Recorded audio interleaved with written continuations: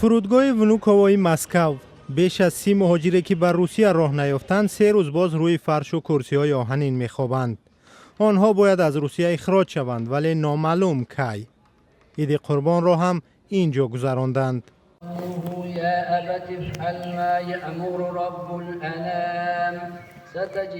در بیرون از فرودگاه در گوشه‌های گوناگون روسیه هزاران مهاجر تاجیک نماز عید قربان را گذاشتند.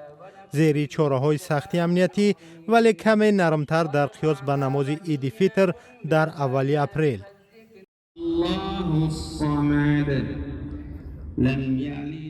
اینجا شهر میتیشی در کنار مسکو است.